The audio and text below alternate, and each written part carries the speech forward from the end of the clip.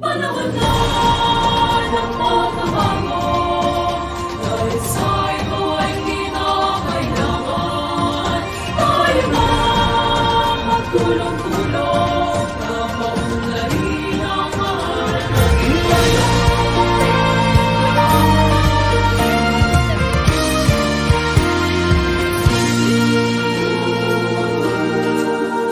Panahon na ng pagbabago, dahil sa ito ay kinakailangan tayo na magtulong-tulong na paunlarin ang mahal nating bayan.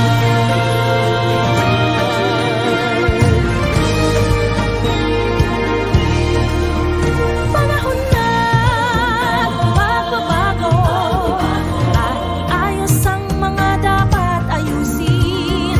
Dapat lang maging tungkulin ng bawat mamamayan dito sa atin. Ng pagbabago patungo sa pag-asenso, magsikap ng mabuti at nang kuminhawa tayo. Bagong malaki natin sa mundo at ipamalas ang bagong Pilipino at bagong Pilipinas.